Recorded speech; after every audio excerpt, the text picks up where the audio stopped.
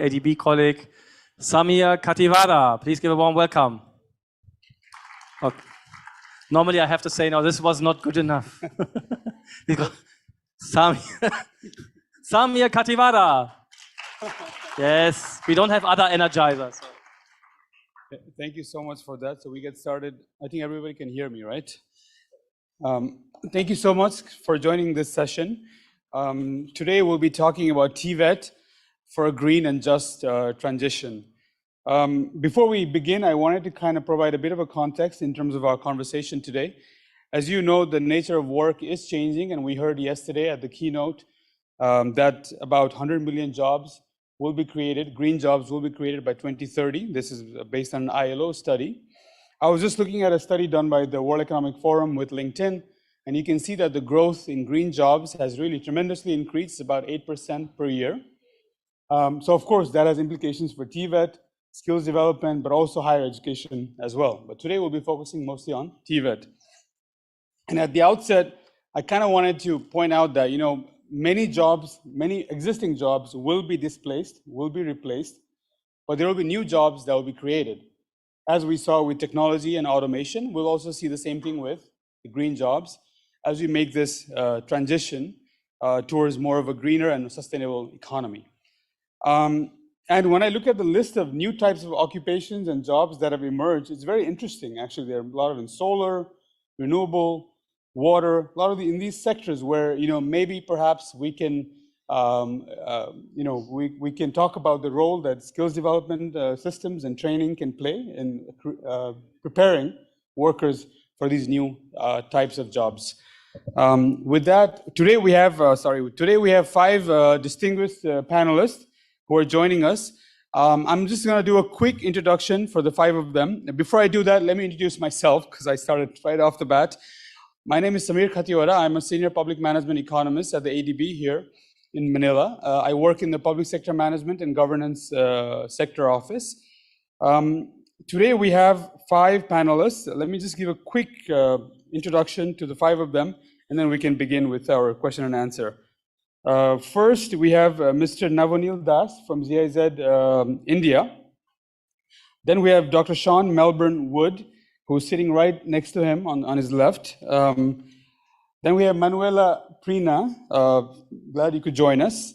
And we have Professor Jacobs, Donald Jacobs, who is joining us virtually.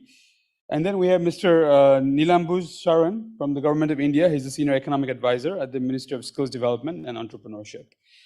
With that, what I would like to do is I would like to sort of divide this session, this conversation we have this afternoon, into 2 parts. First, begin with what are we talking about in terms of green jobs, green skills? What do you see from your perspective? What is the demand like? I gave you some headline indicators at the beginning that 8% growth in green jobs, and we also saw that in renewable sector there's a lot of growth. There's a new ILO study that shows that in countries like China, Brazil, India, there's a lot of jobs in renewable sector. So let me first start with that, and I'll start with Manuela, since you're to my left. How do you see this in terms of demand for green jobs from your perspective? And are we prepared in terms of skills development systems that we have across our countries, especially in developing member countries of ADB? Are we prepared for this transition? Over to you. Thank you. First of all, just a couple of disclaimers. The European Training Foundation is an agency of the European Union that has the mandate to work with countries outside Europe. And for the Asian Pacific region, as covered by the ADB, we work with not many countries. So it's basically the Central and West Asia. So this is what I will actually focus on also in terms of sharing some reflections. But I'm sure that some of the things that I will share are very common also to other economies and societies of the region. So first of all, we know that the let's say narrative is many jobs will disappear and many will be created. But what is the nature of those jobs? Now, for what we see in the European Union and in countries where the ETF is active, we have 2 important things to make sure we notice.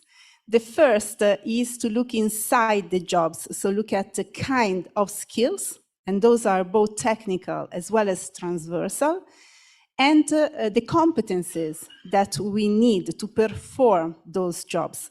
So it's important we look at the occupations that are in the market, but also at the tasks that people are asked to perform. And here, the data tell us that, first of all, we need to do still a lot of work on those skills and competences. Why?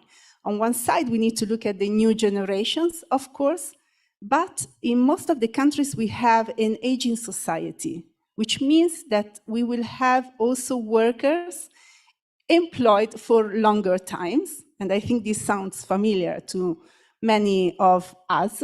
I think also the age average at the forum is telling us this. We don't see many young people here, which means that we have a big job to do to upskill, reskill, and also develop those competencies for senior workers. The second thing is about the intensity of the technical skills. So, you know, we can have, let's say, low skills, medium, high.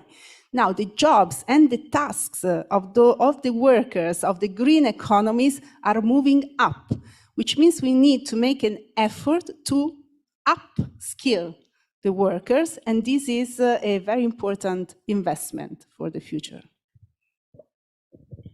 Thank you so much for that, and thank you for the clarification at the beginning, what ETF does. I just wanted to maybe go back to Mr.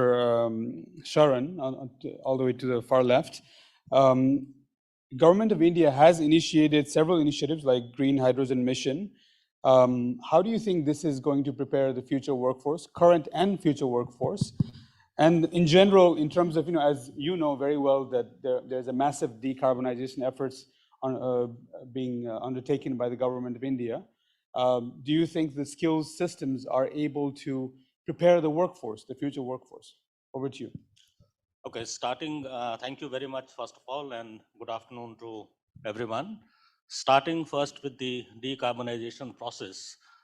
This is a process which will require investment, both in terms of capital and in terms of human resources. So as far as human resources are concerned, we have, I'm sure you're aware that India is blessed with demographic dividend, with the average age of our population being less than 30 years and more than 60% of the population being in the working age population, that is 15 to 59 years of age. And to skill the workforce to transition in an efficient way, we have a robust system of skilling.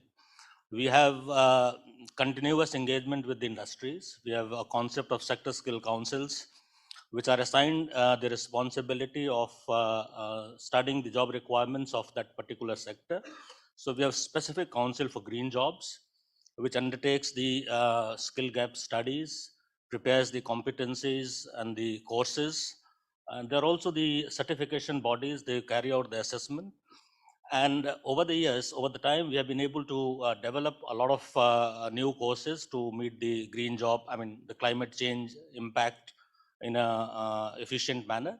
And you also talked about the Green Hydrogen Mission. So that is a mission that was launched early this year by our country, and is a very ambitious mission with a target of green hydrogen production capacity of 5 million metric tons by 2030. And this will foster creation of job in this sector itself, 600,000 jobs. And so we are preparing for scaling our workforce to meet the job requirements of this sector. Thank you. Thank you so much for that. I'll come back to you again on this, but let me go to Professor Jacobs, who's online. I hope you can hear us. The next question I'm going to ask you is, as you heard earlier, that we're talking about how the nature of work is changing, and we know that TVET systems need to be responsive to the changes in the nature of work. How can education planners effectively track changes to work requirements and update the qualifications? And anything else you can share with us in terms of preparation of different TVET systems, skill development systems across developing countries? Over to you, Professor Jacobs. Thank you very much. I'm presuming you can hear me okay and see me okay. It's fine too. It's my honor to be part of the panel discussion And I wish I could be there in person, but this seems to be working out just fine. Yes, we know that, from our casual observations and also from the data, we know that work is changing. We know that there's new jobs, there's changes to existing jobs, and all of this is happening in the context of other changes within jobs as well. So we know that most jobs are moving toward what we call knowledge work, becoming more complex, requiring people to do more things. If I can just add one little thing about that is a few years ago, we did a study when I was at the University of Illinois and looking at what is the nature of knowledge work. And we found after an analysis of a number, about 50 or so job analysis charts of engineers, we found that 5 different components came out of that: decision-making, troubleshooting, critical analysis or inspection. But these last 2 are things that people don't even think about too much, I don't think. And that's to manage processes, to be able to manage ongoing activities, and design, being able to put things together. So we have these stresses and disruptors in terms of what it is that people are involved with when we think of what jobs are about these days. From a practical perspective, I see TVET planners having a great deal of challenges. And I would say that one of the challenges is to make sure that what they are doing is at the local level. And we see a lot of policy perspectives about job changes and work that's changing. But at the same time, what does an individual institution or a region do in terms of keeping track of jobs, identifying new jobs, identifying the changes in jobs? And that's why in my own work, I've been involved with occupational analysis, job analysis, task analysis very strongly. I've written about it. I've done it with organizations and ministries and institutions. But I really think that job analysis is the core for something that we call skills gap analysis. And skills gap analysis is really a critical temperature taking device to watch where jobs are changing. We know that green is a disruptor for both existing jobs and also for the introduction of new jobs. And there has to be some systematic ways of making sure that planners know exactly what those changes entail for their curriculum design. Thank you so much for that, Professor Jacobs. Listening to you, we had a study at ADB a few years ago on Philippines TVET sector, and what we looked at the demand for skills and the supply of skills to see the gap. We did an analysis of skills gap, and what we found actually is a lot of people who are coming through TVET education systems are going into jobs that they weren't really trained for. Either they're overskilled, in most cases they were overskilled, then underskilled. And so, it's a perpetual challenge in terms of how do we bridge the gap between demand and supply. And then I'm going to go back to the panelists here. With climate change, are we going to see where the gap is going to widen? Because this was already there even before we were, all sort of focused on just transition, but has the gap increased, and how do we sort of close that gap? Maybe I'll start with Dr. Welburn Wood. Over to you. Yeah, it's a good question. I think I'll refer to a study that I'm working on at the moment with ADB that is looking at the bilateral capabilities throughout the energy storage value chain between Australia and Indonesia, particularly. The reason for these 2 countries is they are collectively significantly enabled to play a leading role globally in the regional energy transition, largely on the back of the critical minerals that they have, and they're advancing towards advanced manufacturing together and access to the big markets within the region. What we've done is we've started to map those skills, and some of the things that we've seen is there are some significant gaps that if they're not addressed, then that acceleration of the progress towards this will halter. We've seen that across different areas. An example, there are 75% of Australian universities that have environmental science courses. There are only 1.5% of Indonesian universities that have got environmental science courses that become critical to sustainable mining practices in these big economies. Indonesia and Australia are equally the biggest sources of nickel in the world, for instance, to make batteries. And that transitions right through to a range of skills in heavy-duty mechanics and electricians and a range of skills throughout the entire area. So I think that we've got a serious mismatch between a range of economies in terms of that. The province where I live in Indonesia, West Java, is 50 million people, and around 30% of young people are not employed nor in education and training. So it's not so much access to green skills, it's almost just any skills pose a real risk. And thank you for that, and thank you for talking about that indicator on not in employment, education, or training. This is there's an important indicator, and it's true in the Philippines also the rate, I think the last time I checked was about 18.5%, and we have ADB programs sort of focused on precisely reducing NEET rates, as we call it. Now let me go to our colleague from GIZ India. So the question I wanted to ask you was about e-mobility transition. How is it going to affect labor markets and skill requirements, particularly in the automotive sector in India? Over to you. Yeah, hi. Good afternoon. So let me just give you a very brief idea about what we do in GIZ India. So I am a part of a project which is called IGVET, which is Indo-German Program for Vocational Education and Training. So what we basically try to do is we try to replicate the German dual TVET model in India with the help and support from the government of India's MSDE and other state governments. So a few years back, we started working on this e-mobility program. And then we realized that there is, at that point, like back in 2020, when the COVID pandemic hit India and on the world actually. So we realized that we do not have any very specific and available curriculum for any of these courses, like especially I'm talking about India.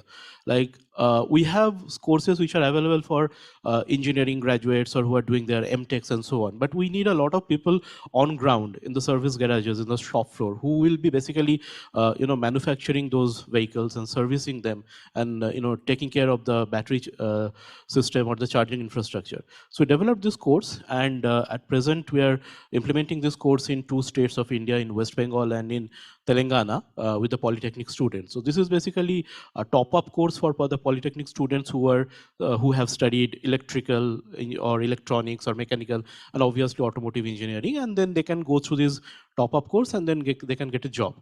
But when we started working on this, we realized that we basically kind of opened a Pandora's box, because there are so many new skills are coming up. So suppose if we talk about the battery, there are almost like 15 plus job roles that are coming from only from handling the battery.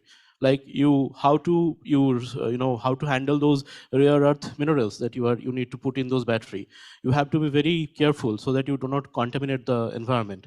Then you place the battery into the system. Then you need an electronics or the software engineer who would be integrating this battery into the system. Then when we're talking about software, you need cybersecurity guys, because any e-mobility, any e-vehicle, they're generating a lot of data. So big data management. So all these, I mean, right now there is a very big company in India, a private manufacturing company, who are manufacturing like 5-6 e-vehicle models, and they have started all these trainings in their own, I mean, in the in-house. So they are also taking help from GIZ, but we have realized that since we are also working with other smaller players in the sector and who do not have this kind of resources, so GIZ is trying to develop these courses so that they can also and we're putting them into the the public domain, so people can pick it up and it's whenever talking about technical courses, it's not about India or Bangladesh or any other country. You can do it anywhere you want. And So these are the new things that are coming up, and in a way, a huge potential for students who are just coming out of technical colleges or technical institutes, for them to join into the sector, and also a lot of potential for people who are already working in this sector to kind of upskill them. Because I mean, they're like in their mid-40s, so we can't just tell them that you go and get a new job. So we have to upskill them so that they can continue for another 15, 20 years. So that way we are working on this. It's a huge potential, both ways. It's a two-bladed sword like that. Thanks.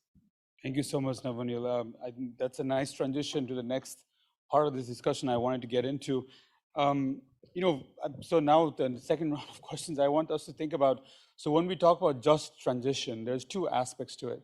One is, how do we help workers whose job might disappear, right? Is there a system in place to help those workers? As you rightly said, if you're mid-career, what do you do? Do you go learn some new skill? How do we help those workers? When you think of energy sector, for example, there are a lot of jobs that might disappear in that sector, right? How do we prepare them? That's one. The second is, how do you prepare the future workforce, right? To sort of allow them to transition to a greener economy. So with that, I want to start with you, Manuela. So how are countries that the ETF is working with, they're greening their TVET systems? Can you share with us some experience from your perspective? Thank you. Absolutely.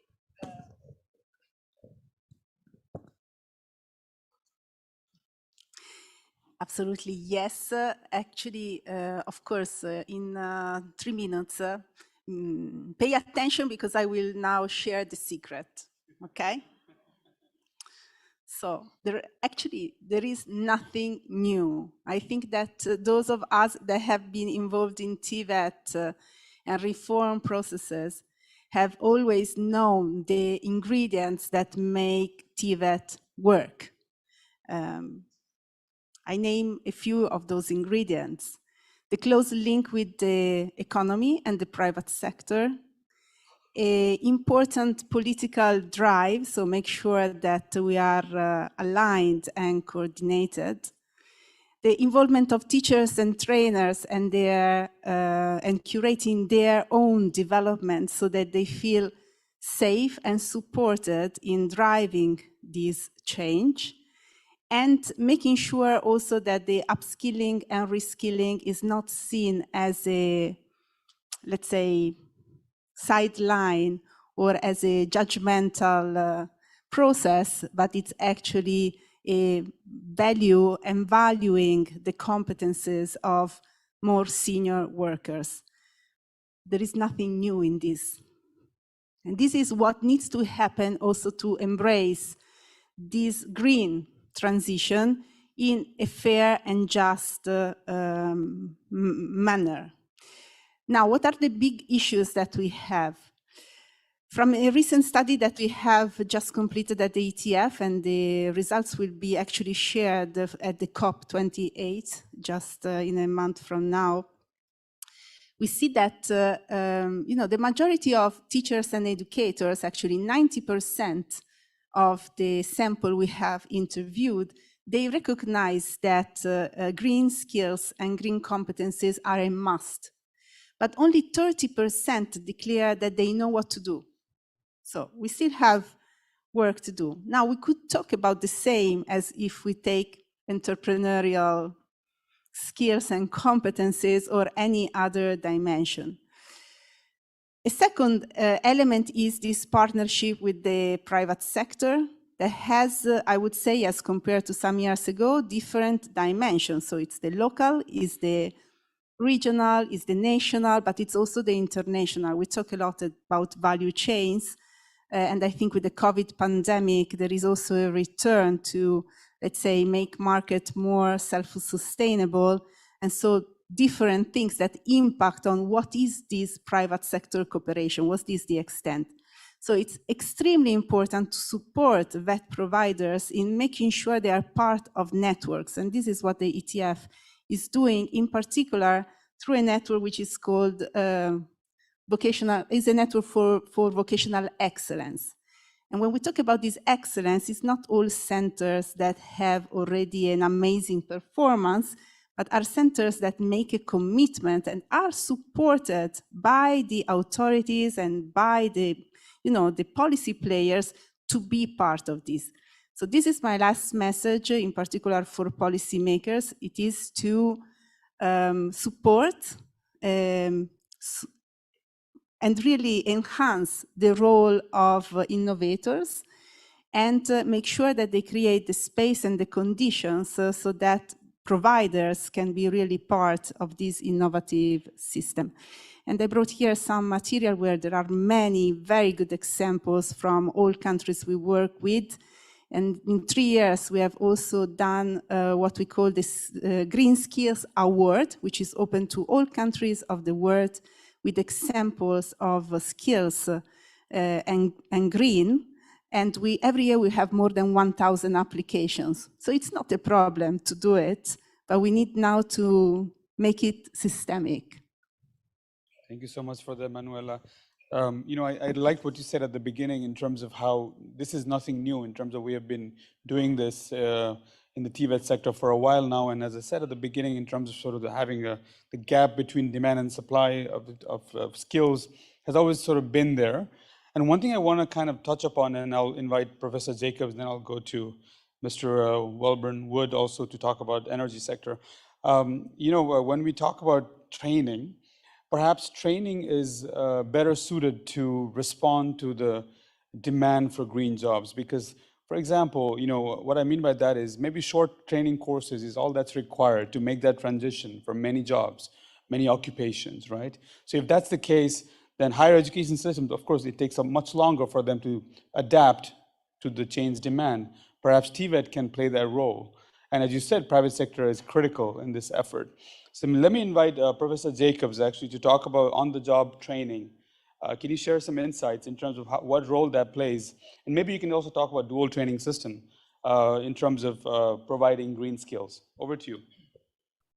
Thank you. That's a very good topic. On-the-job training is a critical aspect to address any of the issues that we've been talking about, especially with green jobs.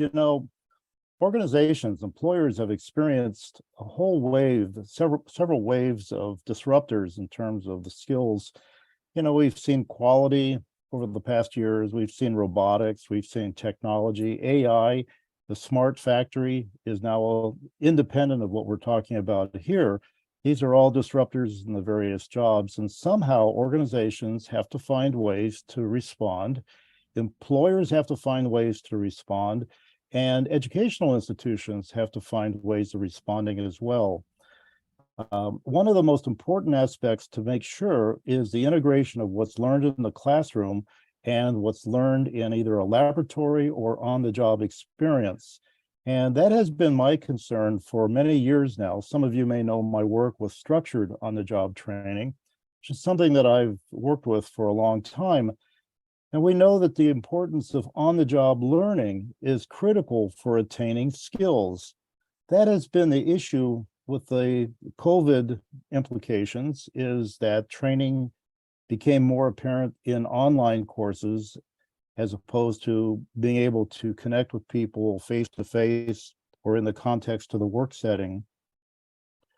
But as much as we talk about technology and the technology of training, it's still, when we think about it, is that social engagement of a trainer and a trainee and a task in front of them, and to be able to learn that task.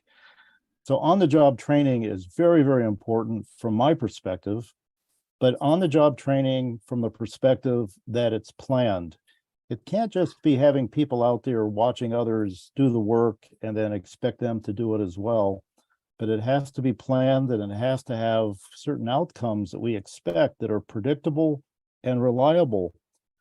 And it's not only for technical training that we think about OJT, but it's also for managerial training as well, because, managers or those people in the workforce who are supervising others, perhaps, they model behaviors. And so they have to understand the importance of their own learning in terms of the green jobs and also the green tasks that are embedded within existing jobs as well. So there has to be some accountability for what people learn, There has to be some self-efficacy.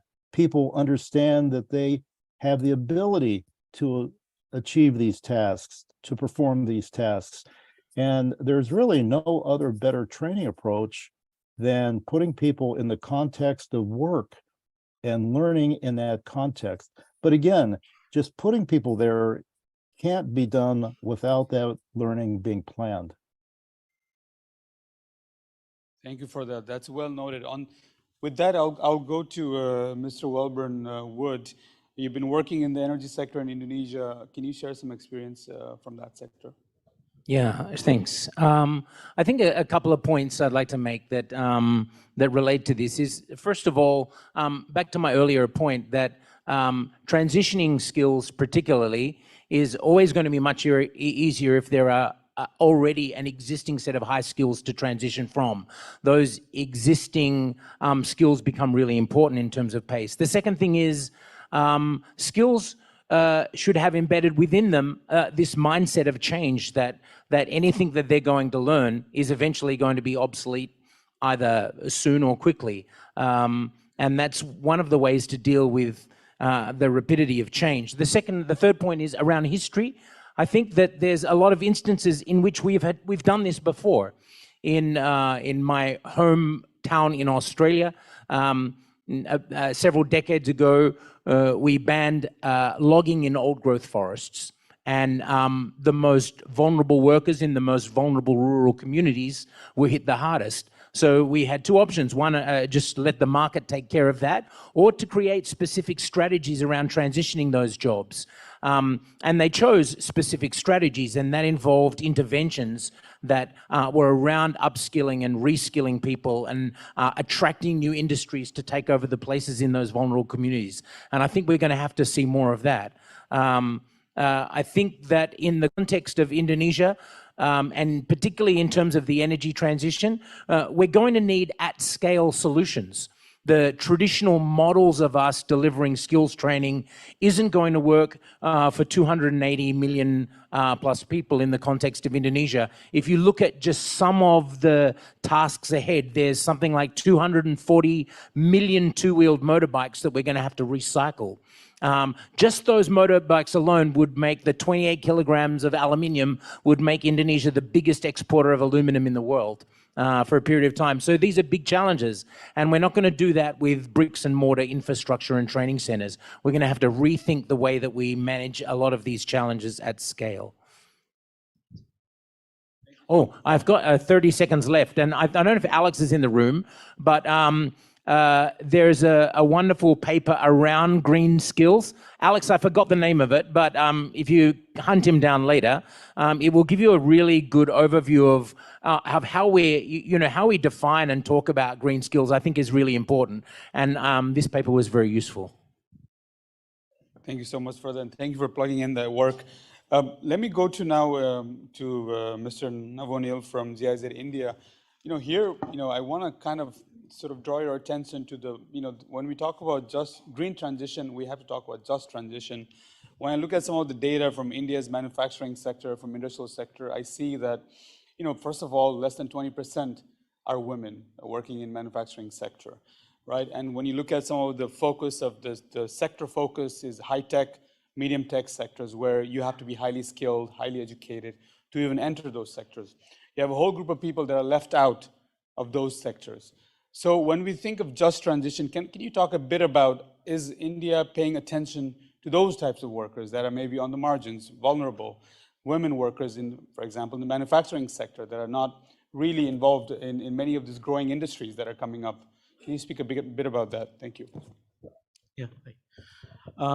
Yeah, basically see, like in the private sector, there has been a tremendous shift towards employing women workers, especially the bigger players in Indian manufacturing sector. So they have created special infrastructure, both physical as well as non-physical infrastructure, to include more and more women population, working population into their workforce. So I mean, I know there's still a lot to go and everything, but there are certain states, like if we take about like states like Jharkhand, states like Odisha, where women students have been given special priority. So we are seeing a lot of women students, I mean, girl students who are joining these technical institutions, because there is also like coming from India, I can tell that there is a certain mindset that is going on within people that okay, so this is a technical skill, this is a technical course, so being a girl, I should not join this course. So that mindset is also getting, it's getting destroyed now.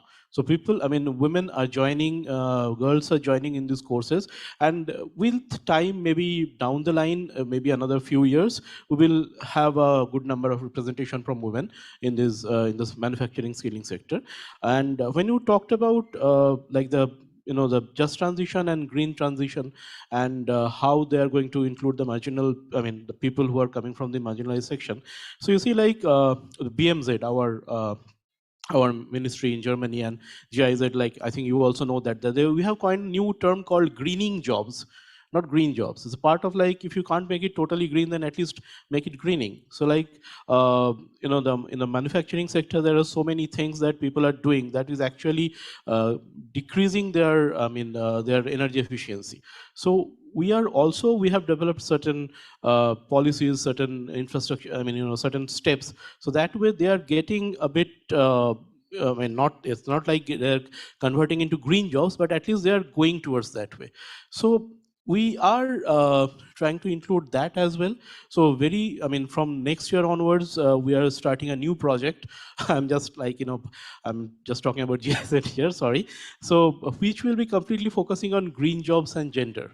So we are planning, I mean, we are really working hard. We're trying to work with the government of India and other state governments to include more and more women into the workforce, so that they can, and also in the green skills sector. So we have a good number of representation from both the genders, especially in green skills, maybe by the next down 3 or 4 years of time. Yeah, thanks. Thank you for that. I think the reason why I wanted to kind of focus a bit on that is also, maybe this effort towards green transition will worsen existing inequities in the labor market and also access to training.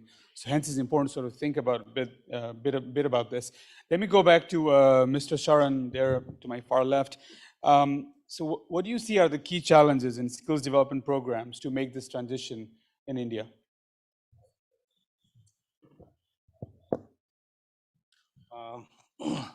Am I audible? It's working?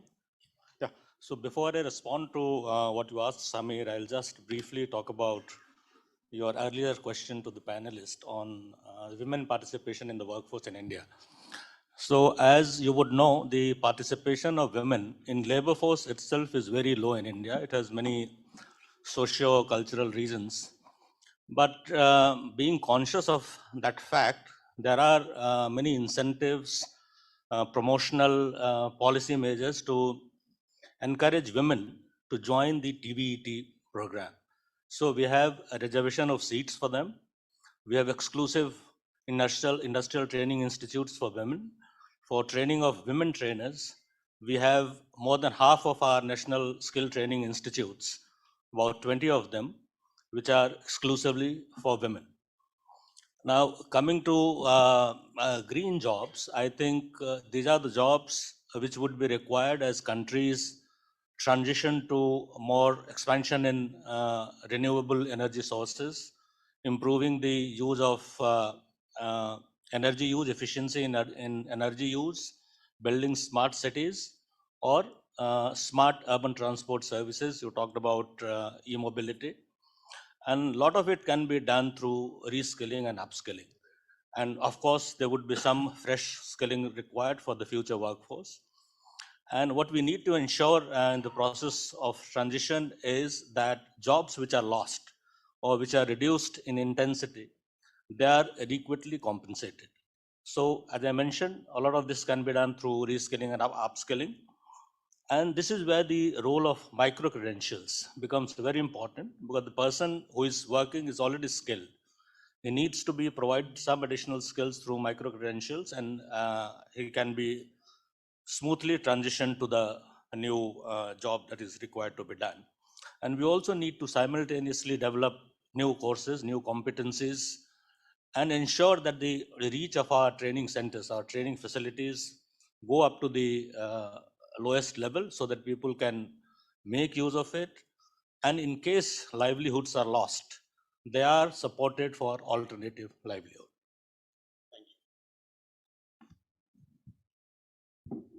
Thank you so much for that. Now I'm going to take a few questions from the audience. I think there are a few questions coming into the Q&A.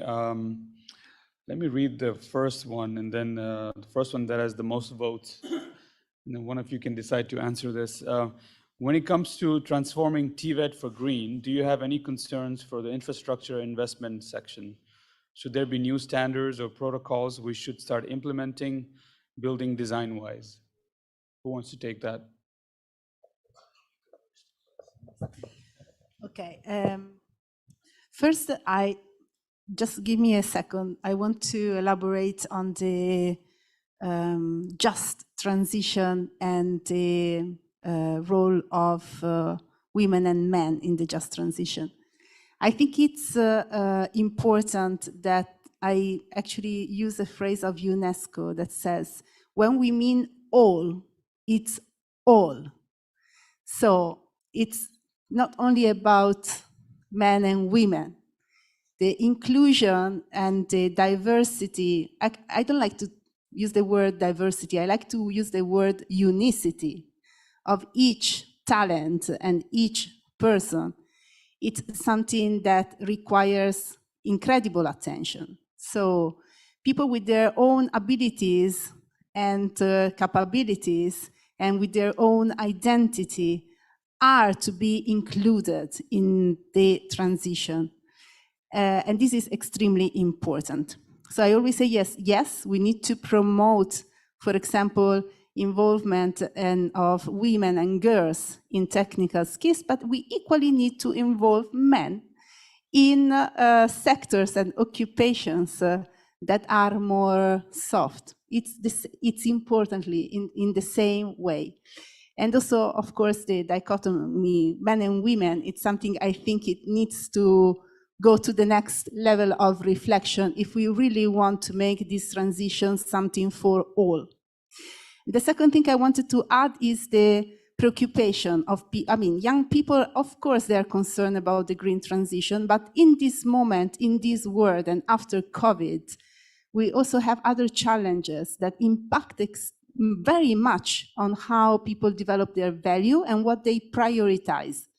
Conflicts, threat to peace and security are something that impact very much on competencies and how people develop a culture towards something which is a human objective. And so we need also to take care of that as educators and as policymakers. And going to the question on infrastructure, of course, yes, but I think we had a very good example this morning on how to keep it simple. So it's about starting with what is possible, putting the question at the level of schools, also at the level of household. Discuss with your family, what can we do to be more green now? And start from there, and the rest will come. So much, Manuela, for that. And I liked your intervention at the beginning about this whole dichotomy between men and women, skills and jobs. Of course, I think that would be the ideal world, right? But we have to work with the world we live in. Anyway, over to you. You want to reflect on that question? Thank you. Yeah, I think the point that I made earlier about looking at new models, the way that we are going to assess at scale solutions. We began. I recall perhaps a couple of years ago, the raft of people who were explaining to me that these gigafactories that were being built to support the energy transition or the electrification of transport were all going to be automated. They were all going to be very different, and therefore the need for skilling and providing infrastructure for skilling for this energy transition was going to be limited. It would displace a lot of jobs. But interesting things started to happen when Tesla went to Nevada and built Gigafactory number 1 in Nevada. The politics became important in restructuring the way that they were going to do that. They got massive $330 million in tax concessions to generate lots of jobs. So there are now 13,000 people who are employed in that one factory alone. And I think, Samir, the work of economists is going to play a big role in the way that we manage the interplay between the Industrial Revolution 4.0, between jobs, and between the massive undertaking that we've got a very short frame of time to do, and that is transitioning our economies. Go ahead. Yeah. So, of course, infrastructure is going to be important, but I think equally or more important would be the agility of the skilling ecosystem in terms of assessing the skill gaps, developing appropriate competencies, making people aware about reskilling and upskilling opportunities so that they transition to the new change. Thank you. Let's go to the next question. I think it's right in front of you. Greening TVET agenda is one of the important focus points in all sectors, including institution and organization. What is the main criteria from government and public sector perspective? So who wants to take that? And one bit of a fact I wanna include in this discussion is that when we look at TVET in the Philippines, which I know a bit better, there's public TVET and private TVET. But when you look at public TVET, it's about 10% of overall TVET institutions in this country. But actually that 10% contributes to 50% of all trainees. So they're actually completely oversubscribed, under tremendous pressure. When they're faced with that type of demand from low-income households to actually go through training programs, yet the public money there is not perhaps where it should be, right? So that's the challenge we're facing. So with that context, it might be slightly different in other countries, of course, but what is the role that government and the public sector can play? Who wants to take that? A quick comment on that. Sure. The interesting point that this is a little bit outside of TVET space, but it relates a little bit to higher education in this space. The question about does the supply side impact demand, and who should transition? So a few years ago, a consortium of universities who were heavily invested in fossil fuel economies. They were in Aberdeen in the United Kingdom, in Calgary in Canada, and in Western Australia. Recognized the need that they were universities that needed to transition as well. And when they started to transition, then the supply of skills would in turn have an impact on demand. And so degrees are oil and gas engineering is being replaced with emerging energy engineering degrees and those kinds of things. So I think my answer to that is that there is a sense that I have that institutions need to transition as well. Very good point. I'm going to give it to Manuela and then to our GIZ colleague. Yeah, I want to actually give a reflection about the priority, like a top-down priority, a policy direction, and the bottom-up demand, which is, I think, it's also an example I always use when I talk about skills mismatch. Now, looking at Tamar, because she was there last year when I made a speech about, skills forecast being like a fortune teller and what that means, to kill actually talents of people. So on one side, for example, I have 4 children, and when they were younger, I used to tell them during lunch, okay, one of you have to be a doctor. And they were going like silent, and one would say, no, I don't want. And the other, no, me neither. And the other one, no, not me. So my youngest one would say, okay, I will do it. And that, none of them has this desire or vocation, you know? And when I was coming here on the plane, I watched a documentary about Italian designer, Ferragamo, that many of you maybe know for the brand. He was only 8 years old when he built his first pair of shoes, 8. And by age 12, he was traveling to America alone to start his career and pursue his dream. So where is it? Where is the matching? Now, when we talk about this transition, we know that most of the jobs that we need for the future, maybe young people would not tell them, it's my first choice, you know? So where is this and why? First, we have a big competitor. You know, our young people spend a lot of time on TikTok and follow influencers that give them some values and image of future jobs. And it's not the jobs that we need in the market. So the element of communication and creating models and influencing, not for the sake of killing the talent and desire. So I always say, let's try not to kill the next Ferragamo, okay? So we need to be open to individual dreams and talents, but at the same time, we have a collective responsibility to make of those jobs something that people could be attracted to. Or we risk in the next 20 years not to have engineers, not to have medical doctors, and not to have people with all those important skills for the future, because people will say, well, why should I bother? I want to be an influencer. Great, thank you so much for that. Maybe what I will do, actually, we'll go back to Professor Jacobs. I don't know if he's still online. Of course. And then do a quick, are you there still? I am. Okay, great. Let's start with you, because I think we need to close soon, if I'm not mistaken. We've got 5 minutes. So how about I give about a minute each to each one of you. So if you want to share with us your parting message in terms of, you know, making this just transition, especially in a, let's sort of stay focused on the developing country context, if you will. Over to you, Professor Jacobs. Thank you. Well, thank you very much, and I appreciate the session. It's enchanting to listen to everybody's comments. My perspective, it comes from being a planner and also an analyst, an understanding of the nature of work. And when I think about what's happening, as in all cases in the past, it's not only the skills of the jobs that are focusing on right now, the green jobs, green tasks, and everything like that, but there's also a great challenge within the educational institutions and also in the employers.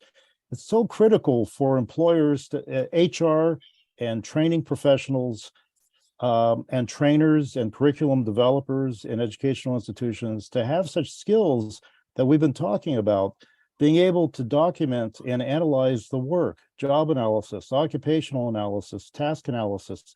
These are skills that maybe a lot of people have not had to use, but it's even more critical today, because we can talk in very lofty, abstract terms about how jobs are changing and what we need to do to make it better for people to enter the workforce these days. But unless we know that information specifically, it's just going to remain in the abstract and not clearly specific for relevant training that we have for people coming into the workforce. So I'm very concerned about the institutions and what they are doing for themselves to ramp up to address the needs of the next generation. Thank you so much, Professor Jacobs. Now let me go to the colleague from GIZ India. You have about a minute, maybe 45 seconds. Yeah, well, see, I mean, what I can tell about that, about this whole transition thing that we are hearing. I mean, like she said, that it's not nothing new. Like we have been always transitioning from something for the other. Like we were all using, we were all, renting these videotapes, and now suddenly we have started subscribing to Netflix. So, I mean, industry is always changing. I mean, and the government has also be like, it has to complement the industry. It's not like that we are going ahead with our policies and I don't bother or care about you. So I mean, coming from India, which has been we are in a kind of a vulnerable situation because of these new changes are coming, climate change, the drought, flood, etc. is also going on there. So especially the people who are living in these mining areas or living in these villages, rural areas where we don't have much of an industry is also available. So the policies both for the government and as well as the private sector, it has to complement each other. They have to be like Mr. Sharon said, it has to be always agile, fluid, so that you can incorporate new changes very quickly, very efficiently. And also we need access to funding, to finances. Organizations like ADB, World Bank, and other funding agencies, GIZ is also there. So that is also something that we need. So these are my takeaway. Perfect. Thank you. Music to our ears, huh? Maybe we go to Mr. Sharon. 40 seconds. Yeah. As the name itself suggests, just transition has to be just to everyone. And the role of government in this would be to provide the overall policy framework and also to make sure that the sectoral policies, they do have this skilling component. So I'll give you an example of, we have a national program for artificial intelligence, and skilling for AI is one of the important components of that policy document itself. So whatever sectoral policies are made by the government, it should be, skilling should be an integral part of that policy document. Thank you. Perfect. I think I'll go to Mr. Dr. Sean, yeah, over to you. Thanks. I think I end with this idea that solutions begin with evidence-based understanding of the impending gaps that we're going to get, and then gets followed up with ambitious and creative ideas that will attract the right kind of funding. And then finally, I vote, after hearing Manuela today and Giovanni yesterday, I vote that Italians be given responsibility for communicating these endeavors to the world. Perfect. Which is why I'm going to give the last word to Manuela. Over to you. Yeah, well, actually, with Giovanni, we're working a lot on crafts. And this is why we are also passionate about, well, also with Tamar and Georgia, but also with other countries. We are focusing also on the transition for artistic crafts and cultural heritage. So my final message is the green transition is for all. So all people, all citizens, and all sectors. So no sector should be left behind. And we need to remember that, yes, we need to invest in new occupations, incredible revolutions in digital, AI, etc. But we need our artists and our designers, and protect also our human identity, which is incredibly important. Perfect. Thank you so much. I think with that, we end our session. Thank you.